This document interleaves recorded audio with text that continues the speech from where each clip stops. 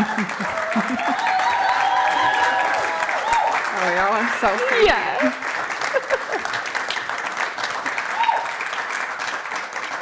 I think that was a little bit of a welcome home. A little bit. Y'all could have been louder, but Okay. Let's do it. Yeah, right? I mean, again.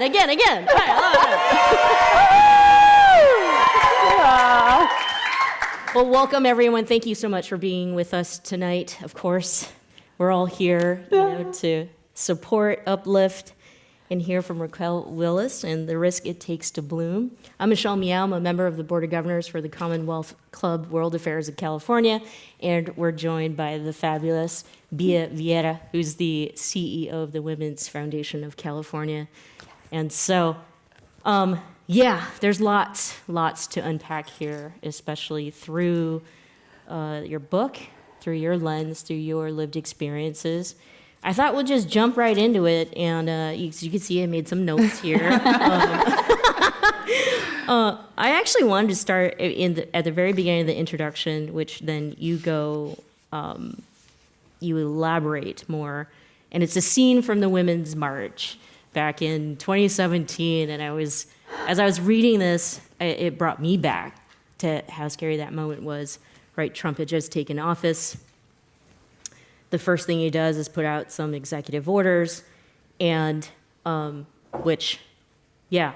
first one to ban Muslims from his country, which I didn't even think is actually possible for a president to do. Fast forward to the Women's March, and you're about to take the mic. You're so excited. Your mom's there. You're surrounded by so many people that you are in awe of, who are these women, who are Black activists, who are LGBTQIA+ activists. You get up to do your speech, and not long into your speech, your mic gets cut off. Mm-hmm. I'll start by this silence. I think Netta and Nadia kind of touched in on this, where silence is violence, and then silence is fear. Silence is paralyzing. Silence can stop even a movement from coming together to address the issues that we face. Let's start with your thoughts, what you'd like to say in silence, why you started with this as part of your introduction, because I think that it actually, dives into everything else perfectly.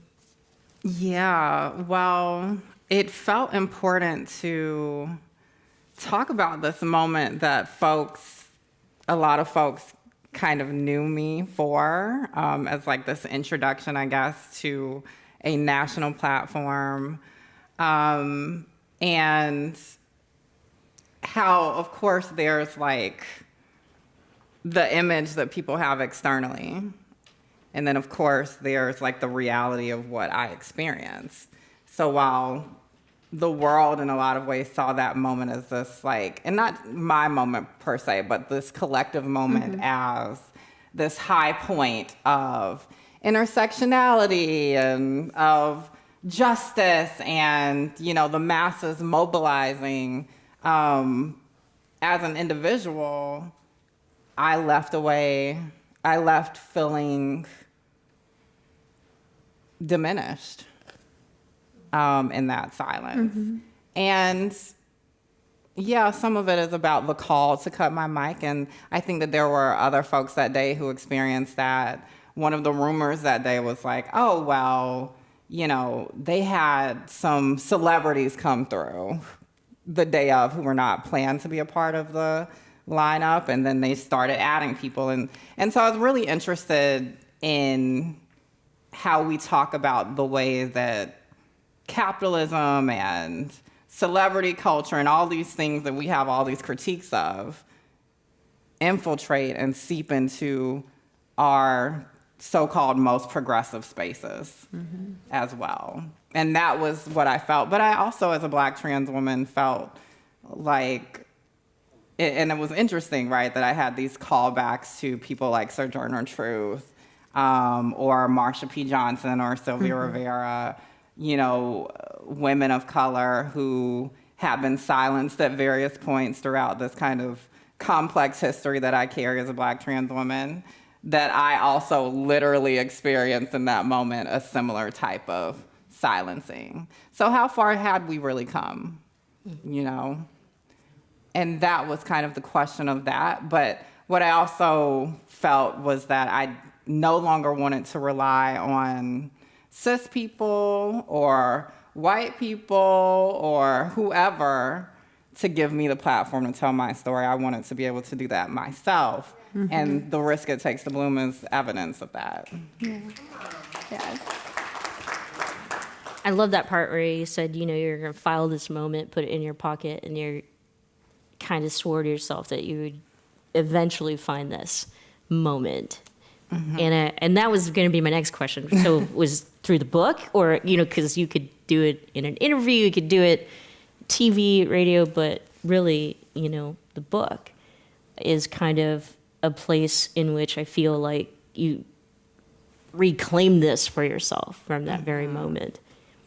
I wanted to, you know, ask Bia, right, to add really your comments also on silence, because I know that we had our pre-talk, and this silencing and fear, you know, the fear that we place on each other. I mean, this is all part of a tactic, a plan that it's like forever in time. It's nothing new. It's basically where we're going with this.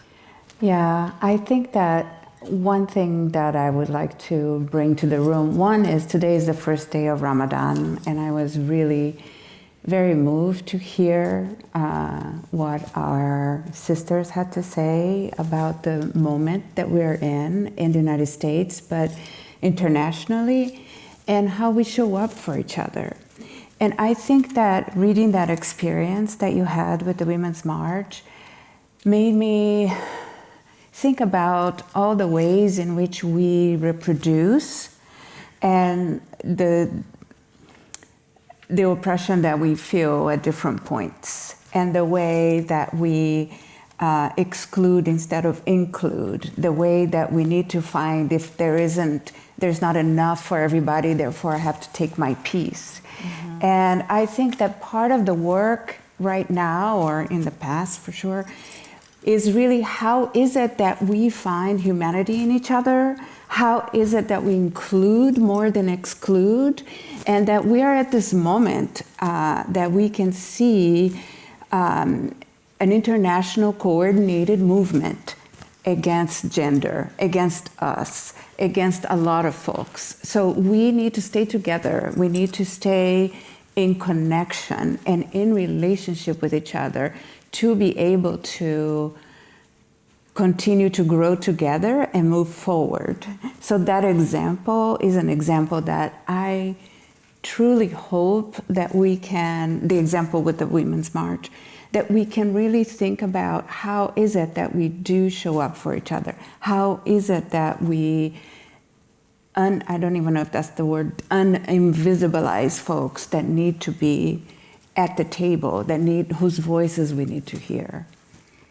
Yeah, what I would add, I mean, when I think about the invisibility piece, which is huge, and I think that's often like our entry point to doing some of this work is like, how can we chip away at invisibility? And when I think about this moment, particularly thinking about all of the anti-LGBTQ plus legislation, right? A lot of that is like the result of visibility of trans folks in particular and queer folks. But so there's that like double-edged sword of like the visibility, but it's also a reminder that visibility isn't enough. And so beyond the making sure that folks on the margins are seen, how are we tangibly invested in their lives, right? And in their right to bodily autonomy or self-determination or a people's right to sovereignty or the pursuit of fulfillment, right? The pursuit of a full life. And I think that sometimes that's where we get the hang up, especially when we see the fights around DEI in various industries. It's like people think it's enough to plop a Black person in this space, plop a trans person in this space, but not actually have an infrastructure that's ready for them. Yeah. And that is a problem, because when you chip away at the DEI efforts, it's like, because there's nothing in a lot of these places beyond Yeah. the visibility part Right. to protect and defend the folks once they're in those spaces. Yeah. And to also have options in terms of who's making decisions, right? Like, who is it that has power in that system? So I think some of the work that we do at the foundation really is to have long-term support to movement organizations, to leaders, because it takes a long time. So how is it that you continue to support folks individually to be able to, be their full selves, and at the same time shore up the organization so that there are infrastructures in place, and at the same time that is supporting the movement forward. But I will say that there is this way in which to show up for each other means that we have to be in relationship with each other. And that requires work, and that requires time, and it requires building trust. Because movement is all about relationships, right? Like that's what makes a movement, is our relationships. So if I have a relationship with you, I am going to make sure that your mic is not cut off. You know what I mean? Wait, let's make There's no, there's none of that. And then you, of None course, are that going to make it. You know what I mean? Like, it just requires getting to know each other in this very human way. I want to go deep in that because, and I'm going to read from the book itself, because you say a lot of things that I had to question. I mean, do people even actually understand what you're saying here? People like us who are here tonight, who know you, who support you, who are in relationship with you, absolutely understand you. But how do we talk about this to the rest of the world who don't understand and who then perpetually, are complicit in the systems that, are killing us, basically? As a Black trans woman, I wondered why the macro movements that claim to fight for the lives of the most marginalized weren't pouring resources into keeping trans people alive. Blake, like countless other young Black trans people, were on the front lines of organizing and protests, yet all their lives were relegated to the periphery. Let's unpack that and apply it to I think, why this is, it's like ongoing. Sometimes I look back to 2017 and the Women's March, and then now I'm reading the news. Why are we still here? Mm-hmm. Yeah, well, to clarify, if folks don't know, Blake Brockington, a young Black trans boy who died by suicide in 2015, almost exactly. Actually, it would have been this month, that year, and this was a time that I had a lot of experiences, had started my journalism career, was not out as trans or queer in my first job as a news reporter in small town Georgia, and I took a new job in Atlanta that was not in movement yet, but there was the death of Leela Alcorn, a trans girl who died by suicide in December 2014. That was kind of the catalyst for me to be more open about my identity and my work and publicly, but also then Blake, which was just a few months after that. And at that point, I was getting more connected to the local Atlanta organizing scene, which is glorious, amazing Black, queer, and trans folks. We wouldn't have reproductive justice as a concept in the way that we think about it now without, the work of people like Loretta Ross, who founded Sister Song, and, so many folks from Atlanta. And so I was seeing this ecosystem. And we were also in the height of, or one of the heights of the movement for Black Lives.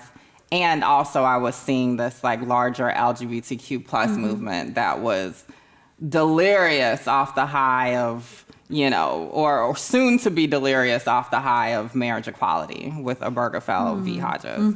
And I just thought about, to your point, how trans folks had fallen below the radar for so long in this movement that has relied on this idea of adding us to the acronym, but often not doing much else. And to be honest, even as I was reckoning with those things, I didn't know that there was this kind of long, ongoing struggle for trans folks, particularly of color, in the larger LGBTQ plus movement, right? I knew of figures like Marsha and Sylvia and so many others, but I didn't know, the fights of people like Sylvia, literally, living in poverty and squalor, calling out, for instance, organizations in New York that supposedly cared about at least gay and lesbian folks at that time, right? I didn't think about or know about people like Marsha, who we pedestalize, right? But she didn't get her pedestal in this kind of collective flower crown until, 2, almost 3 decades after her demise. And we actually don't know what all the circumstances were around her death, right? So we lift up, these figures who were never fully recognized or seen while they were living. So grappling with that is one thing. And I think we also have to be real to the point around solidarity and showing up for each other. We also have to be responsible to historical harm that has existed in these macro movements. And so cis queer people, I know it's not you. It's almost, I don't want to say it's an apples to oranges or it's an apples to apples comparison, right? We'll say it's apples to oranges. But, it's almost like when I hear white people say, oh, well, I wasn't a slave owner, so I don't have to be responsible to Black Americans, for instance, right? And our fight for liberation. But when I hear cis queer folks kind of ignore and brush away institutional harm that has happened or movement harm and say, oh, well, it's a different time now. Like, I'm not that leader, or this isn't the institution that it was in the 90s or whatever. It's different now. I think there's a moment of healing that we bypass. Yeah. Because we have to understand that you don't get this moment of anti-LGBTQ plus legislation without all of these cracks that were already existing in our movement, that cis, gay, and lesbian folks allowed to exist. And when I think about, I know I'm going on and on, but when I think about the 70s, a lot of us don't know the roots of gay political lobbying in the United States. So there was this one figure named Steve Endine, cis gay man. He wrote a memoir, I believe it was called Mainstreaming. It wasn't mainstreaming the movement, but it was Into the Mainstream. And he was talking about the fight to push protections for gay and lesbians into the mainstream of political discourse. And he wrote this in 1990, I believe, and then passed right around the time it was published. But he was one of the key figures in the start of HRC, but also someone who pushed this idea of gay political lobbying for the rights of cis gay and lesbian folks, maybe bi, but how bi folks have been treated too, so let's be clear. Yeah. But he pushed this idea that we didn't need to open the tent too much, right? If we let the freaks in, and the freaks were the drag queens, so that's a nod to the drag bands we have now, and the trans folks, he would have said transvestites, I'm sure. The trans folks now, right? The fight against trans folks now. He thought that tent was too big, and there was no way that we could assimilate enough to get the rights that cis, gay, and lesbian folks really wanted. And we're not even talking about class. We're not even talking about whiteness and the access that all those other things have. But we don't actually talk about that history of gay political lobbying. And that fight for assimilation is being used by the right now against us. Yeah, it is. I know that was really long, but it's a long history. But Yeah. I urge folks to know about that political history because a lot of folks are hurting because we don't talk about those things candidly and because folks don't have access to why there's Yeah. discord between different letters of the acronym. Definitely. I do want to go back a little bit to what you said about healing and moments of healing. That we have gone, of course, we are 40 some years old as an organization and have gone through, all the different waves of feminism and have had to really look at ourselves and look at each other inside ourselves about what pieces are we carrying, what pieces of the harm did we do. And I would say it's still a process, and we have moved some, but I think that one of the things that's been important for us is also creating spaces where there can be really good conflict so that we can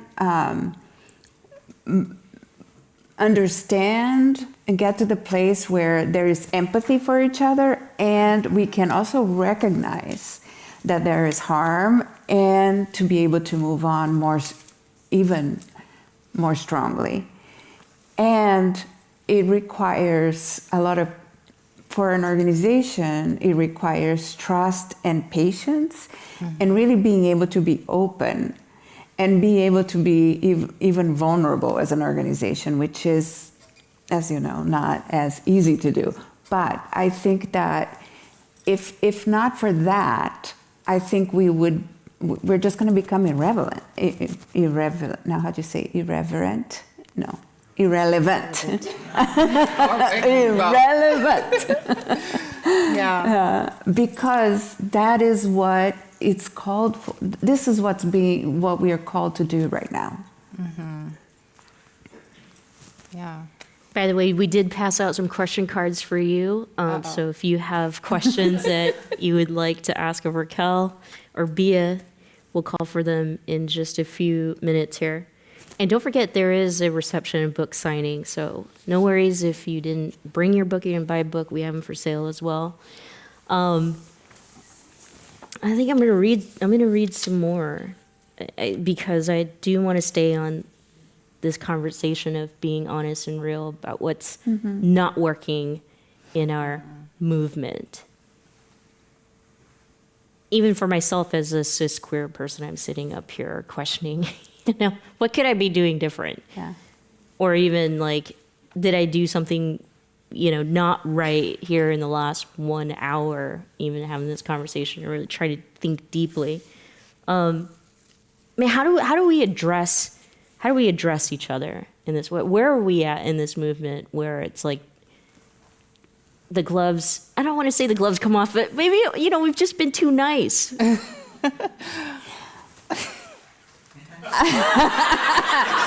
you. Like you had something to say. Go for it.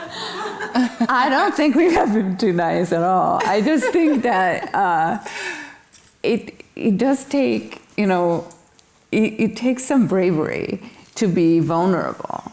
And we live in a space that vulnerability is not seen as a strength or seen as a leadership quality or seen as something that you should be doing.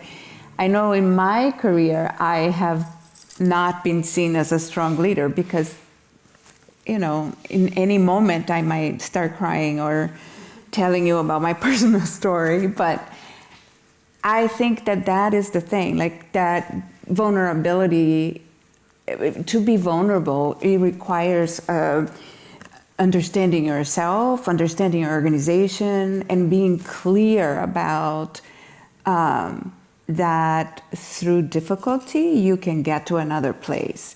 And I actually think that developmentally, sometimes, obviously not if somebody's trying to harm you, but if you're in community and you're in relationship, that you have to have those tension moments, but you have to stay with it.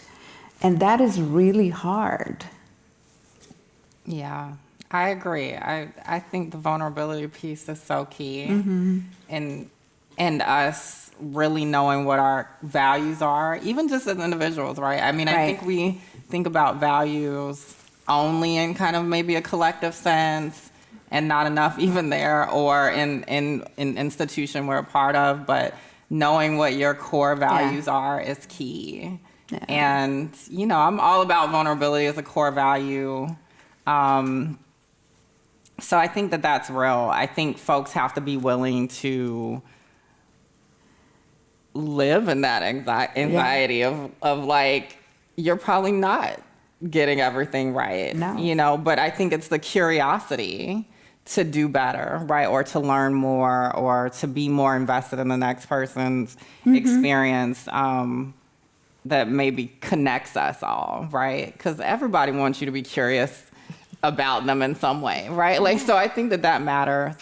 I think also in social justice spaces, and I guess particularly in professional spaces, it's not all gravy. I think that we like to act as if working at a nonprofit, What? It's not all gravy? working right, or working at a philanthropy automatically makes us some kind of saint, right? Or means that we're in this kind of beautiful sacred space, and that's not true, right? It's just as flawed as every other workplace, right? I mean, we have to talk about capitalism, right, and what it does to our relationships.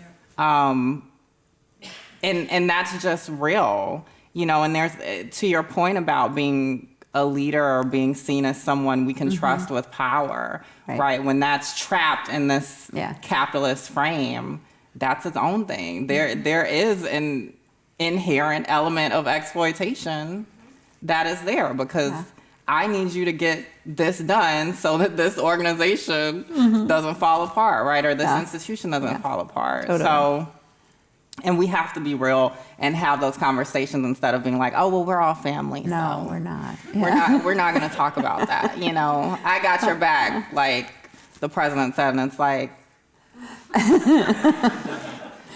that is the same talking point you had at the last State of the Union. What does, you can say you got my back, but what's the action? I need you to be about that action. So I think that that's a piece of it too.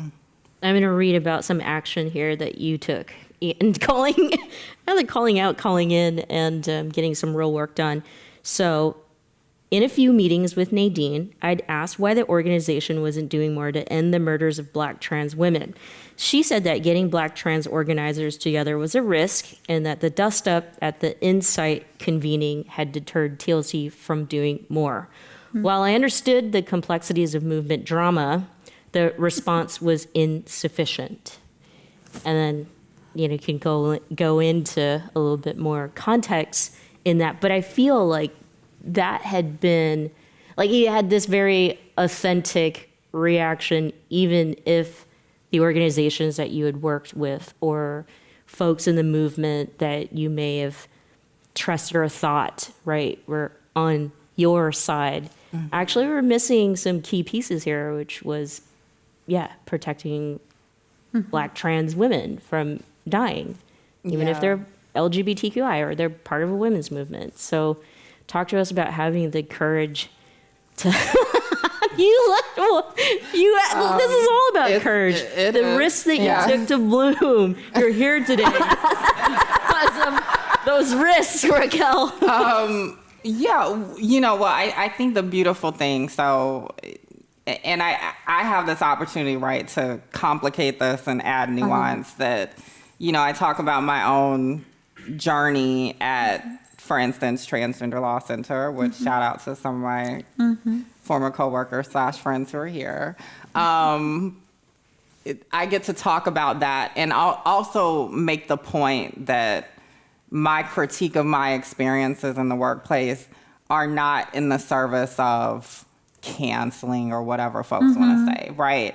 It's really just to show that, like, I went through these things and saw these things along with other people, but don't think that everything is all great on your side either, right? Because these kind of dynamics are happening at pretty much every workplace, right? And this was pre-2020.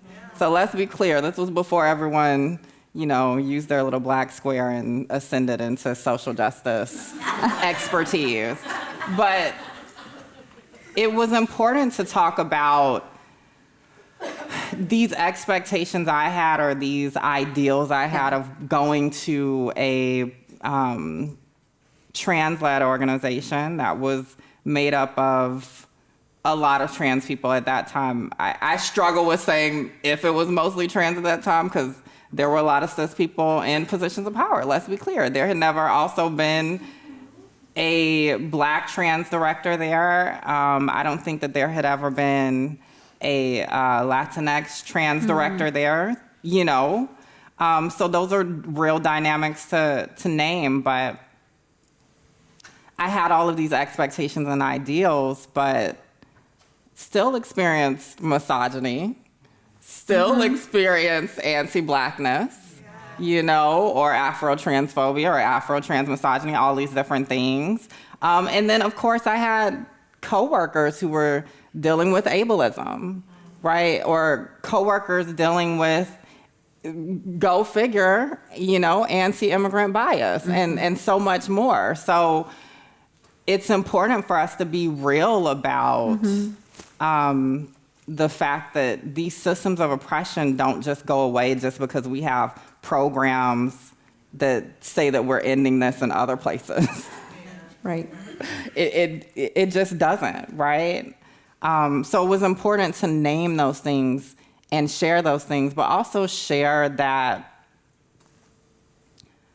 there are well-meaning people who cause harm. And that doesn't erase the harm just because you're well-meaning or your heart was in the right place, right? The intent versus impact kind of situation. But we have to have space to talk about the messiness of it all so that we can be better on the other side. Exactly. And to be frank, TLC was never going to be a place where I could fully be seen in all of my glory, right? Or maybe that I would ever be, compensated equally to trans masculine folks who were doing the exact same work and had the exact same title. Not in that time. Now it's a different story, right? Which is a beautiful thing. But I think one of the things that I think I struggle with, and maybe other folks struggle with, about organizations we care about or institutions we care about that we left, is like sometimes in the leaving, and there were a lot of people who left, that's when the growth happens. That maybe that's the biggest statement you can make so that it can be better for the next folks who come. Yeah. I think all that you wrote here and how genuine and your honesty with your lived experiences gives the rest of us, especially cisgender folks, ideas of how we can be better, and you're actively creating these growth moments for us. We don't have a lot of time left, but I mean, even just what we did tonight in giving space for so many folks and for these conversations that we need to have to save human life shows, all the risks that you do take to bloom and to continue blooming. I'd love for Bia just to add, some of your thoughts before we go to questions from the audience here about going back to that connectedness and growing. Now, organizations, right, like the Women's Foundation of California, can do better and better and better, and even with the programs and talk about some things that you'll do for inclusivity. We can continuously do better, right? Like one of the programs we have is the Policy Institute, the Solis Policy Institute. And I do think when we look at all the women's funds across the United States, one of the things that makes us a little bit different is that in addition to the grant making that we do, we have all of these folks in community that are working with us, and we're working with them to pass policy in California. And our fellows, there are usually about 35 to 40 fellows a year. They push us. They are constantly pushing the organization, because not only are they in the front line, they are also participating in this very important place of like moving policies that are addressing issues in the and communities in the front line, but they're also there to push us to grow and to be better, and that takes commitment, and really has to be a value that folks in the organization have, including the board. And we know, Arya Said, who's on our board, is somebody who has really pushed us and continues to push us, but also a place where we can be together with her as well. So we are there to support each other. Question from the audience. What is, in your opinion, the biggest systemic roadblock to BIPOC trans liberation?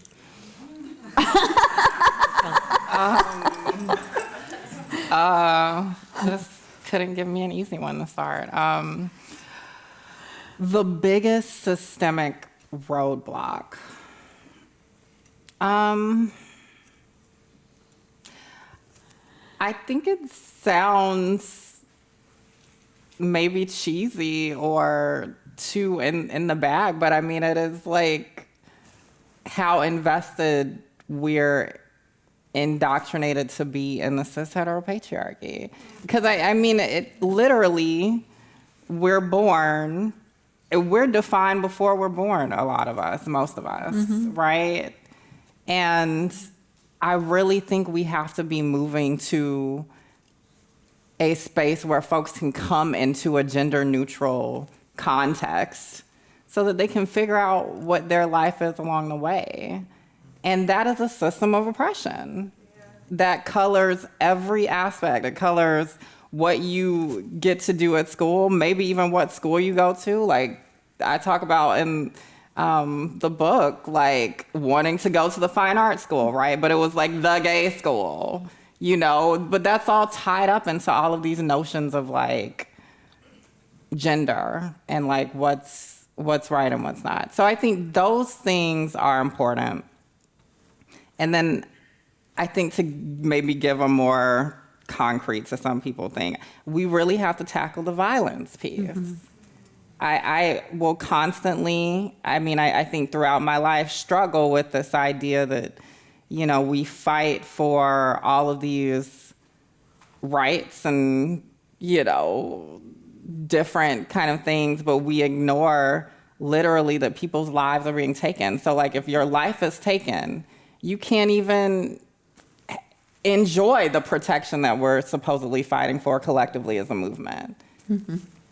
And that gets to Black trans folks, Latinx trans folks, murders being deprioritized in movement. Vulnerability, showing and engaging with this is in many instances an enacted privilege. Question for Raquel, how do we all create more space for this? Okay, wait, read that one more time.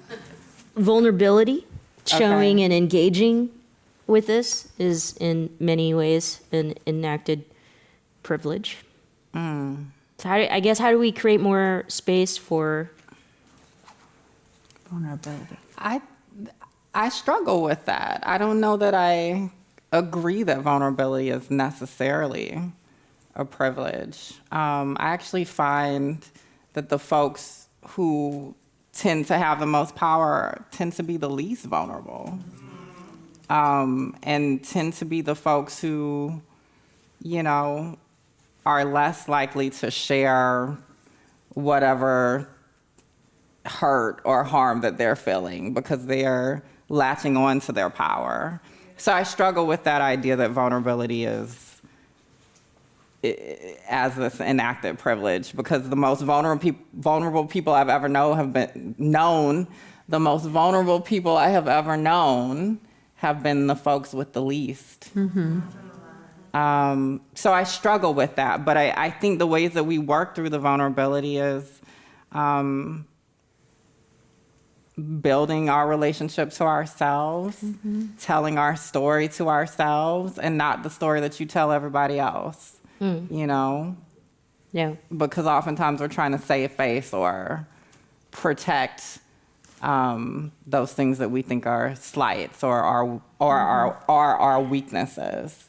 And I think when we can get to the truth about the things that bring us harm and the things that make us feel validated, then we'll get to the vulnerability piece. I don't know what's happening. You're ready to sign some books. That's what's happening here. Yes. So we're going to do that in just a couple minutes. Yeah. And so don't forget, you can get a book tonight if you don't have one. Raquel's signing, and we have a nice little reception where we can also add on to the question, whoever asked that, if you wanted to have Raquel say more. I'll end with a couple more questions. How about a question for Bia? I think you mentioned this earlier. You talked about patience, like patience is required in our movement, but who is this asked of?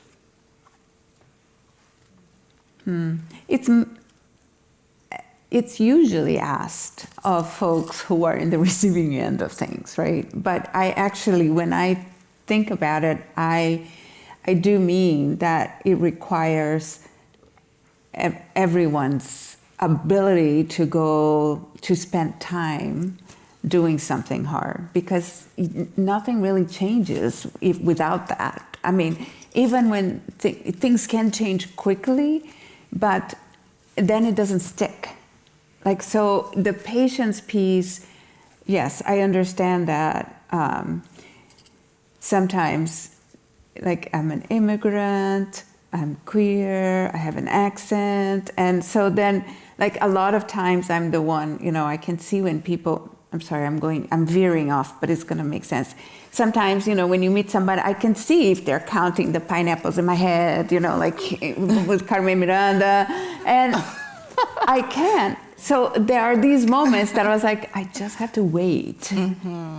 And I will get there.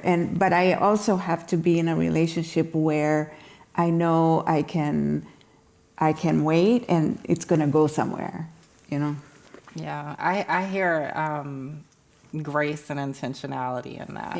Yeah. And also, I think nuance. It's something that I loved about your book, is that you talk a lot about, for example, when you talk about your dad, that you understand where his reaction came from. It doesn't take away from the hurt, but there's a way in which you can hold very different things at the same time, which is what it takes to be able to be vulnerable and to understand that you can get to a different place, I think. I'm gonna say that that's a Gemini thing, because Geminis need some love always. Thank you. Yeah. Raquel, I'll end with this. There was a question there that somebody had asked from the audience, what was the most fun part about writing this book for you? But I think I'll add to that question. I mean, there's so much that we didn't get to cover, such as the letters that you wrote for the lives that have been lost, especially those, within the movement. You wrote a letter to your dad. You talked about becoming you, coming out, all these personal stories that you wove into your lived experience, and still in it, right? You're still in it. You're still here, still speaking, fighting for us. Share with us, just the takeaway for all of us here in this beautiful book, this memoir you've gifted us with, The Risk It Takes to Bloom.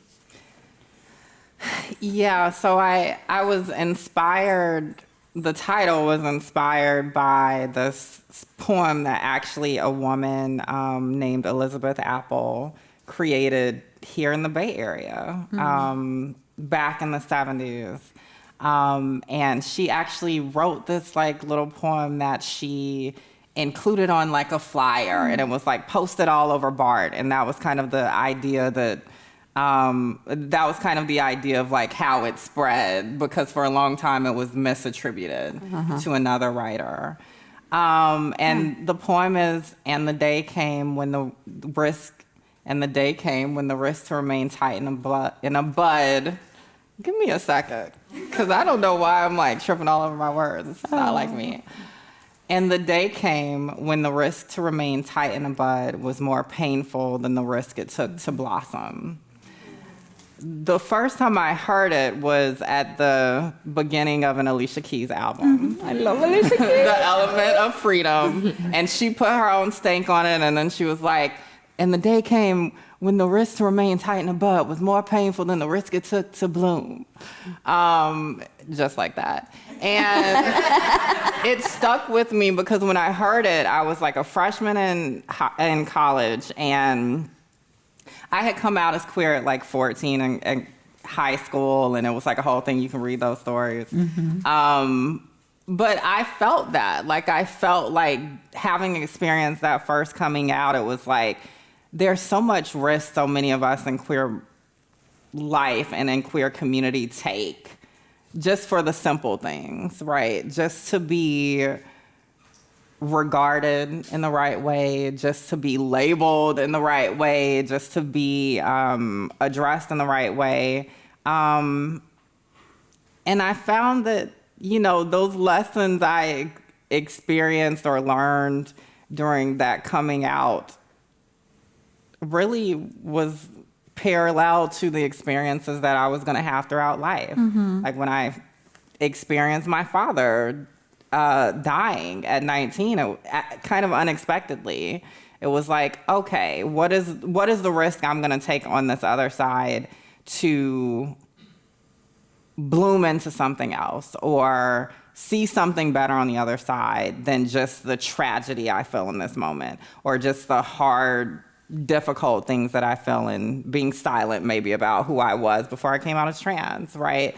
So that's kind of the idea, is that we have to take the risk to see if there's something better than what we're doing right now. And I've found more often than not, you won't fail. You know, like it can't be anything but better once you kind of rip the Band-Aid off or go through that thing, or at least acknowledge that thing that may be hard for you. So that's what The Risk It Takes to Bloom is about for me. It's shattering expectations, and I think we all could live with a lot more of that in our lives. Raquel Willis, everyone.